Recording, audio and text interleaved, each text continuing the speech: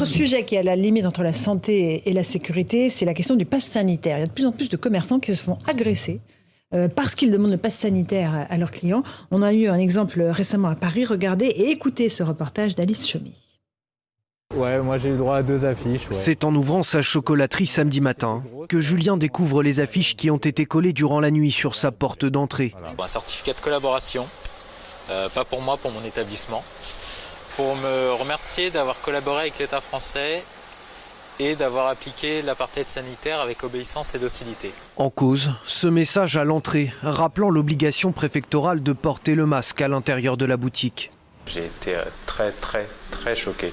C'est cette référence au passé collaborationniste, ça réveille des choses, quoi. Quand certaines lignes sont franchies, j'estime qu'on ne peut pas juste laisser passer, quoi. Julien a donc déposé plainte et transmis ces images de vidéosurveillance à la police. On y voit un groupe de 4 personnes coller leurs affiches aux alentours de 6h30 du matin. Il ne faut rien laisser passer. Il faut absolument être là, condamné, montrer du doigt et se révolter à chaque fois qu'on laisse exploser la haine ou qu'on utilise une banalisation de notre histoire. Parce que ce qu'on a vécu hier, on aurait imaginé que c'était plus jamais ça. Ça existe encore et ça peut encore exister. Et ces mêmes affiches ont été collées ce week-end sur plusieurs restaurants du quartier parce qu'ils appliquent le contrôle du pass sanitaire.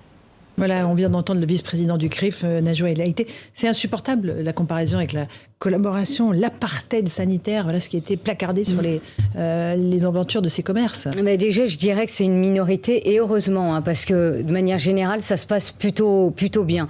Mais là, c'est inadmissible. C'est-à-dire, il y en a qui tordent l'histoire, mais de manière en plus extrêmement provocante. Non, c'est pas la collaboration. C'est-à-dire, vous êtes toujours. On parlait tout à l'heure de droit. C'est toujours un équilibre entre les libertés individuelles et la santé publique. La santé publique qui nous concerne tous. On est en pleine crise sanitaire. Eh bien, le pass sanitaire, c'est une incitation, oui, il faut le dire, à la vaccination, mais j'allais dire dans l'intérêt collectif. Mais il n'y a plus ce sens de l'intérêt général, il n'y a plus ce sens de l'intérêt collectif parce qu'on constate un délitement qui est réel du lien social. Il n'y a pas qu'un délitement au niveau de l'autorité, il y a aussi un délitement au niveau du lien social. Eh bien, on le voit par cette actualité-là. Ça va plus loin. Jean-Claude Dacier ? C'est pas ça. On peut après tout. Ah non, mais je relative pas. Je trouve ça scandaleux. On peut accepter d'avoir des doutes sur les vaccins. Moi, je veux bien en débattre. Pourquoi pas ? Ouais, là, ça va plus loin. C'est d'abord des abrutis et des têtes vides qui font une espèce de raccourci historique totalement stupide. Mais il n'y aura pas de sanction. On va les chapitrer. Sûrement, ils vont rencontrer quelqu'un. On va leur faire. On va les chapitrer. Et ça n'ira pas au-delà de ça. Alors qu'ils mériteraient une sanction plus lourde. Parce que honnêtement, c'est dégueulasse ce qu'ils font. Ça n'a ni queue ni tête. Ça n'a aucun sens et c'est lamentable. Je suis d'accord, mais il y a une responsabilité, là, pour le coup, très claire du monde politique et médiatique sur le confusionnisme historique qui règne dans ce pays. On a vu des députés défiler à des manifs anti-islamophobie avec l'étoile jaune, par exemple. Esther Benbassa, moi j'ai grandi avec 40 ans d'antifascisme de Pacotti, où on expliquait que toute personne qui était un peu de droite, qui était pour l'autorité de l'État, était un fasciste, un collabo, la France rend nauséabond. Donc là, les politiques, on récolte quelque part ce qu'ils ont semé. Ensuite, effectivement, c'est complètement idiot, je suis d'accord avec vous. Voilà, on peut être contre le pass sanitaire. À ce moment-là, on va manifester contre le gouvernement. On ne s'en prend pas aux commerçants et on ne fait pas de comparaison historique déplacée. Oui, il y a souvent dans les manifs des gens qui s'en prennent aux commerçants et vous le savez parfaitement. Non, mais ces références à des pans dramatiques de l'histoire sont inacceptables, sont insupportables.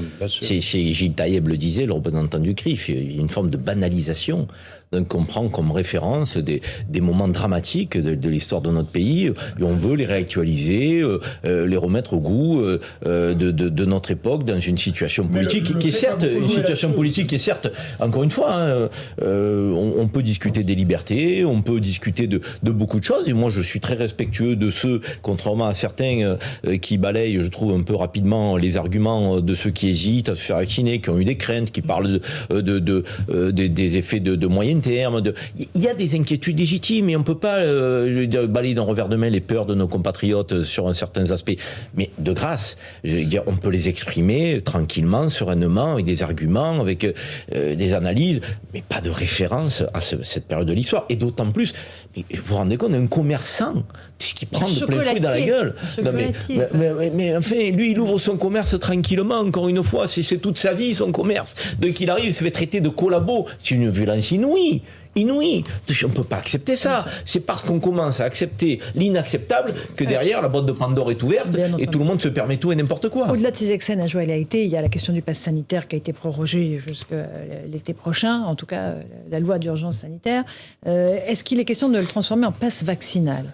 Est-ce qu'il y aura à un moment ou un autre sur la table l'idée que les tests PCR ne suffiront pas, ils sont d'ailleurs payants, mais qu'il faudra absolument être vacciné pour pouvoir continuer à avoir une vie normale? L'Autriche a déjà commencé à confiner ses non-vaccinés. Je pense que la France, le gouvernement n'a pas fait ce choix-là. N'a pas fait ce choix-là pour l'instant de passe vaccinal, donc qui rend... Non, mais c'est ce que j'allais dire. C'est-à-dire, n'a pas fait ce choix-là pour plusieurs raisons, parce que comme le rappelait mon voisin, Monsieur Dacier, eh bien, il y a les élections bientôt. Donc, si c'est pour mettre un peu de l'huile... mais à un moment, il faut dire les choses. Si c'est pour mettre de l'huile sur le feu, vous avez vu les manifestations de cet été, en plein mois de juillet, il n'est pas question de radicaliser en plus certaines personnes qui sont vraiment contre. Il y a des gens, vous ne leur ferez jamais changer d'avis. Donc, ils ne se feront pas vacciner. Donc, sauf que... on parlait de responsables politiques, vous avez des responsables politiques qui risquent aussi de surfer là-dessus à la veille des élections présidentielles. Donc je pense que le pass vaccinal est loin d'être mis en place. Une fois que j'ai dit ça, vous avez, c'était les Pays-Bas qui avaient obligé... grosse vaccination, voilà, et là il y a presque des mesures de folie. Les non-vaccinés à être confinés. Mais ça, et en France... à 20h. Ils ferment tout à 20h. Ça, c'était les Pays-Bas, mais c'est l'Autriche. C'est l'Autriche qui oblige les non-vaccinés à se confiner. Mais en France, c'est même pas envisageable. Pourquoi ? Au niveau juridique, parce que conformément au principe d'égalité, le Conseil constitutionnel risque de retoquer une telle mesure. Et j'allais vous dire, mais heureusement. Mais vous voyez, il y a plusieurs raisons qui font que personnellement... Je n'y crois pas. Non, mais on nous a habitués à quelques autres changements de pied.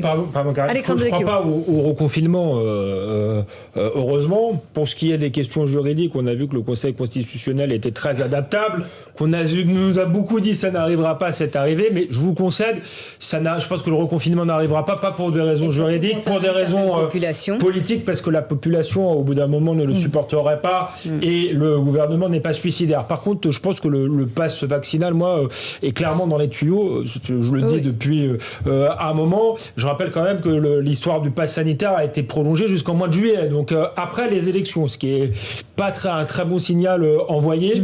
Donc non, moi je pense qu'il y a une volonté du gouvernement, peut-être pour des bonnes raisons d'ailleurs, qui est une troisième dose, parce qu'effectivement, on l'a dit tout à l'heure, c'est pas un vaccin qui protège totalement. Le virus continue de circuler et comme la grippe, il y a besoin d'une dose de rappel. Après, moi je préférerais qu'on le dise, plutôt qu'on dise non, ça n'arrivera jamais, et puis que ça nourrit pour le coup la défiance à l'égard du pour terminer, Karim, sur ce mesures sujet, de stigmatisation sur les non-vaccinés m'insupportent. Je vous le dis tranquillement, ça m'insupporte parce que ça essentialise, ça met tous les non-vaccinés dans le même sac. Moi, je suis désolé, il y a des non-vaccinés qui sont hyper sérieux, qui respectent les gestes barrières, qui prennent pas de risques, qui sont très prudents dans leur vie et qui n'ont pas mis de se faire vacciner. Moi, je le respecte, même si je suis vacciné, et si je respecte les gestes barrières comme eux. Donc, je pense qu'il ne faut pas verser dans cette facilité, ce raccourci qui consiste à dire, voilà, ce sont eux les coupables, ce sont eux les mauvais citoyens, ce sont eux qui font peser sur l'hôpital. Non, c'est pas vrai. Il faut qu'on arrête de se raconter des histoires.